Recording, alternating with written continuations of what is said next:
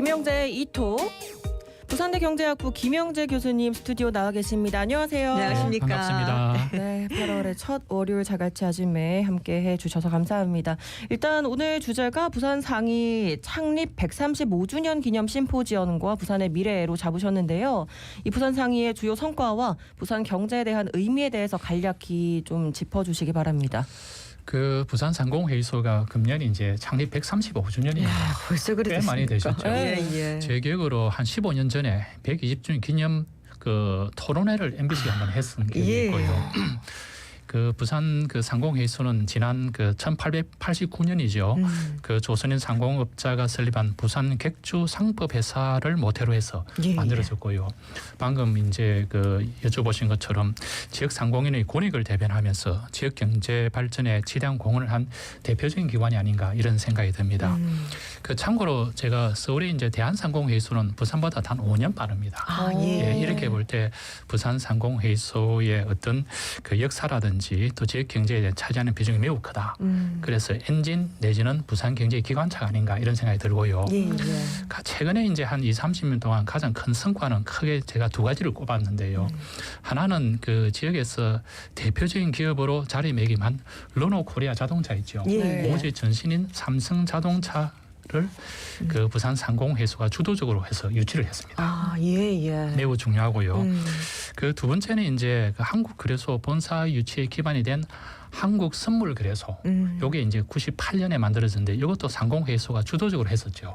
요걸 근거로 해서 지금 현재는 이제 부산 금융 중심지가 매우 활발하게 이제 육성이 되어지면서 뭐 잘 아시는 대로 최근에는 이제 부산 금융 산업이 기회발전 특구에 이제 이렇게 도입되게 됩니다. 따라서 부산의 미래는 금융 중심지가 매우 중요할 것이다. 이런 측면에서 상공회의소가 정말 그 지역 경제에 대해서 큰 역할을 해왔다. 이렇게 말할 수 있겠습니다. 네, 지금껏 잘 몰랐는데 부산 상공회의소가 부산 경제 발전에 참 많은 역할을 했네요. 그렇습니다. 그리고 이번에 신임 회장께서 직접 더 잘 되는 부산 비전과 발전 방향이란 주제로 기조 발제를 하셨다고 알고 있습니다. 이게 어떤 내용들이 있었는지도 궁금하고 또 이 심포지엄의 의미는 좀 뭐라고 보십니까? 그 사실 이제 기념식에 이어서 정책 심포지엄은 거의 안 해왔었는데 이번에 신임 회장님 이제 취임하시면서 준비를 하신 것 같아요. 그래서 이제 심포지엄의 대주제는 방금 말씀하신 것처럼 더 잘 되는 부산 경제 발전 전략입니다. 그래서 이제 신임 회장님이 직접 기조 발제를 해주셨는데요. 세 가지 비전과 이제 실행 전략을 제시했습니다. 그 세 가지 비전은 첫 번째가 더 강한 기업이고요. 두 번째는 더 뛰는 상위, 부산 상위. 세 번째는 더 나은 부산인데 이때 더를 영어로 썼습니다. THE로. 그 한글도 더도 의미가 있지 않습니까? 뭐 더 좋다, 더 많이. 근데 제가 이걸 보면서 참 더라는 게 영어로도 의미가 매우 있고 한글로도 중요하지 않는가 느꼈었고요. 우선 이제 더 강한 기업을 어떻게 만들 것인가 실행 전략이 중요하지 않습니까? 그래서 여러 가지 있는데 그중에 한 두 가지만 말씀드리면은 첫 번째는 그 최근에 이슈가 됐던 전력요금 차등제. 그걸 이제 기업한테 도움을 주겠다. 그다음 두 번째는 이제 부산의 미래를 위해서 스타트업, 창업, 생태계 조성을 하겠다. 요 두 개를 강조했습니다. 그래서 요 두 개가 잘 되면은 기업들이 매우 경쟁력이 좋아질 것이다. 이런 것들이고요. 그다음 상위는 무엇을 할 것인가? 더 뛰는 상위를 이제 강조하셨는데 사실 이제 부산에 있어서 그래도 부산시가 매우 중요하지 않습니까?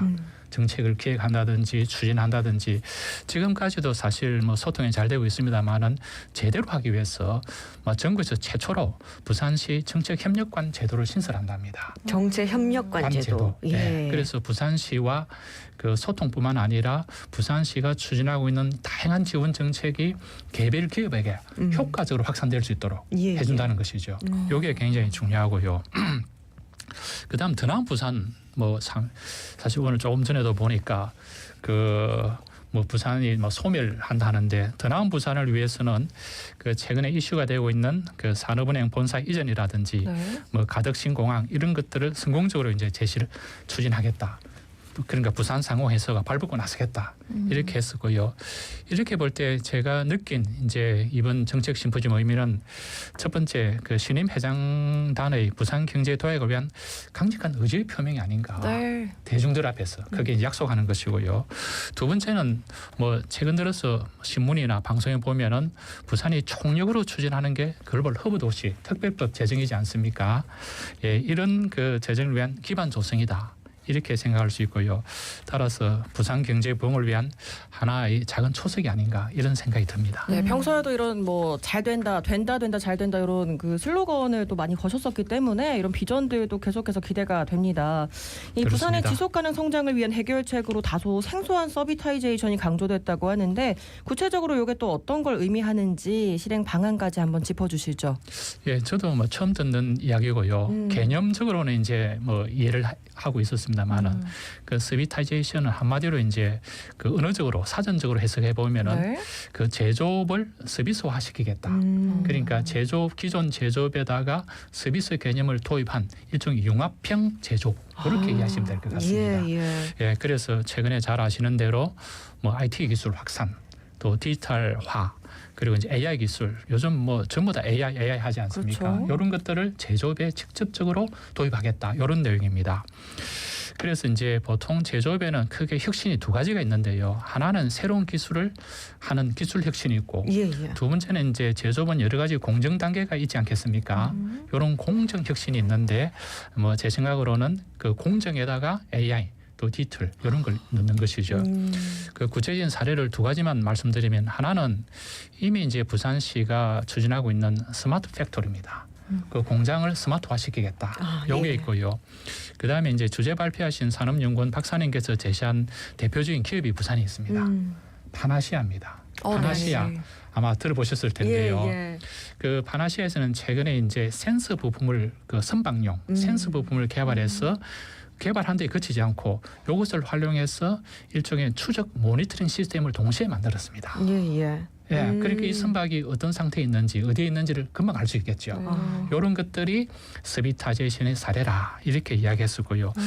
저는 개인적으로 이제 부산의 새로운 도약을 위해서는 기존 전통 산업을 버릴 수는 없지 않습니까? 이 산업을 고부가가치 내지는 미래 첨단 산업으로 만들기 위해서는 방금 말씀드린 AI라든지 IT 기술을 접목한 이런 서비타이제이션이 정말 중요하다. 이렇게 생각이 듭니다. 네, 사실 부울경은 좀 대표적으로 제조업 기반이 강한 그렇습니다. 그런 지역이지 않습니까? 네, 그렇기 때문에 이런 4차 산업혁명 같은 이런 기술들이 좀 접목이 되면 좋겠다라는 생각이 드는데 그 서비가 이제 서비스라고 그냥 해석하면 되는 거네요. 그렇죠. 그 서비스화 시키겠다. 그런 내용입니다. 그러니까 그런 만큼 우리 부산 경제 산업 구조 변화 이런 것들이 참 중요할 것 같은데 부산 상위의 혁신도 좀 필요하지 않겠습니까? 좀 어떤 과제가 있겠습니까? 그렇습니다. 그래서 이제 뭐 우리 신임 회장님이 기조 발제하시고 첫 번째 주제 발표자는 서비타이제이션을 강조하시고 두 번째 주제 발표로 나선 분은 사실 보면 지역에서 대표적인 시민운동가이시고 또는 경제 전문가이십니다. 이분은 30년 동안 어떤 경험, 경륜, 고민을 토로하셨는데요. 크게 두 가지를 지적했습니다. 첫 번째는 부산 상위가 발전하기 위해서는 재정적으로 독립이 필요하다. 두 번째는 이제 정책 기능의 강화입니다. 뭔가 전문가 그룹이 좀 필요하다. 이걸 강조하셨고요. 특히 이제 뭐 어떤 기관이나 조직에서는 재정이 중요하지 않습니까? 회원들의 회비 수입이 100% 안 들어오는 모양입니다. 100% 들어오기 위해서는 상공회의소가 회원들한테 뭔가 실질적인 도움을 줘야 된다. 이거지. 예, 그걸 강조하셨고요. 뿐만 아니라 부산시로부터 좀 더 확실한 재정 지원이 필요하다. 그다음 이제 정책 기능에 대해서는 상공회의소는 대개 이제 경제인의 그 모임이죠. 집합 장소인데 그래서 영어로 이제 챔버라는 단어를 쓰는데 이분의 말씀은 챔버를 넘어서서 전문가 그룹이 있는 일종의 뭐 영어로 해서 죄송합니다만은 경제 이코노미 그로스 센터 그러니까 경제 성장을 촉진할 수 있는 중심 역할을 해야 된다. 이걸 강조하셨습니다. 또 하나는 이제 이걸 강조했었죠. 사실 부산 지역에는 대기업은 뭐 별로 없고요. 중소 또는 중견기업이 많이 있지 않습니까? 이런 기업은 정책 금융의 역할이 매우 중요하거든요. 이걸 상공회의소가 지금까지 제대로 못했다 이거지. 따라서 이런 기능을 상공회의소가 해줘야 되지 않는가. 했었고요. 마지막으로 이제 이분이 이제 박수갈채를 받은 내용 중에 하나가 부산의 상징이 이제 5, 6도이지 않습니까? 예. 그래서 상공해수 건물이 지금 한 뭐 5층, 10층도 잘 안 되는데요. 이걸 56층으로 고도화시켰어.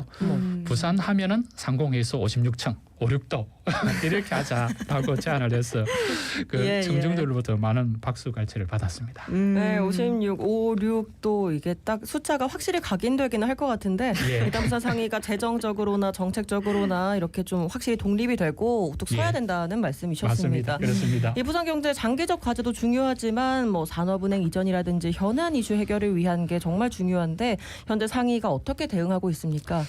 그 제가 사실 그 얼마 전에 이 톡에서도 한번 언급을 했습니다만은 어떤 정책을 추진함에 있어서 부산시가 혼자 할 수 있는 부분도 있지만은 함께하면 더 좋지 않겠습니까? 네.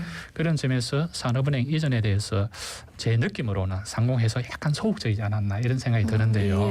이런 측면에서 상공해소가 부산시와 좀 더 그 확실한 견고한 공동 대응 체제를 구축해야 된다. 그래서 다행스럽게도 상공해소가 그 부산시하고 정책협력관 제도를 도입했으니까 그게 좀 이루어지고요. 저는 이제 그 사실 지자체 간 치열한 경쟁이고 또 지역 소멸 문제도 나오는데 지자체 간 경쟁할 때 자칫 잘못하면은 어떤 정치적 논리에 그 매몰될 수도 있거든요. 네. 이걸 상공계가 나섬으로써 이거는 아니다. 경제적 논리가 더 중요하다. 그래서 상공계 역할이 중요하고요.